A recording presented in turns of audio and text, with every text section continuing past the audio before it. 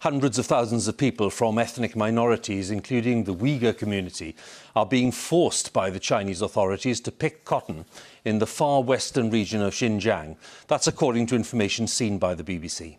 The evidence suggests that China's cotton crop, which makes up a fifth of the world's total supply, could be far more dependent on forced labour than was previously thought.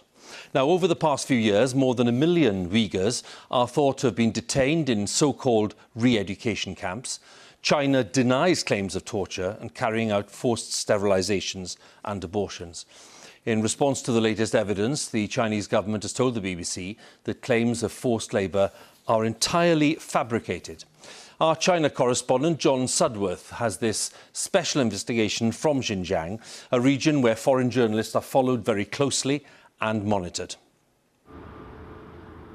Xinjiang makes mountains of cotton, a fifth of the world's total. And our investigation will only heighten concerns about this product, although the evidence wasn't easy to find. And they're waiting for us. We're turned back at checkpoints, stopped from filming, questioned and followed. Further behind is also following us. This is one site we're trying to get to, a giant re-education camp. But more recently, something else has been built next door, a textile factory. Days after its completion, a large group of people can be seen being moved between the camp and the factory. Wow, and this is the factory here. It's extraordinary. From the ground, it's clear the factory and accommodation blocks are all now one single site, plastered with Communist Party slogans. But when we get out to film, we are entitled to film in public anywhere in China.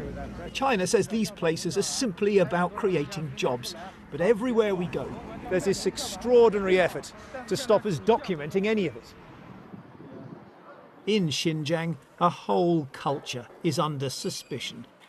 More than 1 million Uighurs and other traditionally Muslim minorities are thought to have been swept into the camps, viewed by China as potential Islamist separatists. But each year, more than 2 million others are being gathered for something else. Giant new factories and textile mills, hundreds of them, where they face strict controls and political indoctrination. The first thing our workers have to learn is to love the Communist Party, this factory boss says. But now the BBC has seen evidence that shows Uyghurs are also being sent en masse into the cotton fields. One day my family will disappear from this world. Mahmoud, not his real name, left Xinjiang 3 years ago, but his family still lives there. And my mom told me she's picking the cotton for the government officers. It's like our duty to do that work. They will just go because they are so afraid of being taken to jail or somewhere else. Newly uncovered documents show the scale. 150,000 pickers sent to one area, almost as many again organised for another. They're given ideological education, and the lazy, the authorities say, are being taught the glories of work. The evidence suggests that the real intention here in Xinjiang is the dismantling of an entire culture and its rebuilding through the total control of people's families, their faith, their thoughts, and on a massive scale across the fields and factories of this region in the work that they do. In a written statement, the Chinese government said workers from all ethnic groups in Xinjiang choose their jobs according to free will and sign contracts in accordance with the law. It said accusations of forced labour were completely fabricated.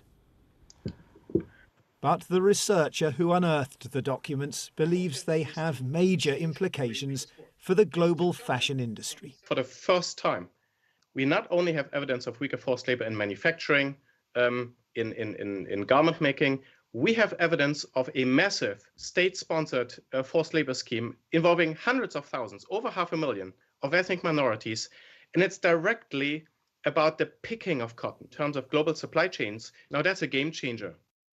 As we leave Xinjiang, we pass this prison camp complex, thought to contain multiple factory buildings. It's the first independent footage of this truly colossal site, a final chilling reminder that here, mass incarceration and mass labour are closely connected. John Sudworth, BBC News, Xinjiang.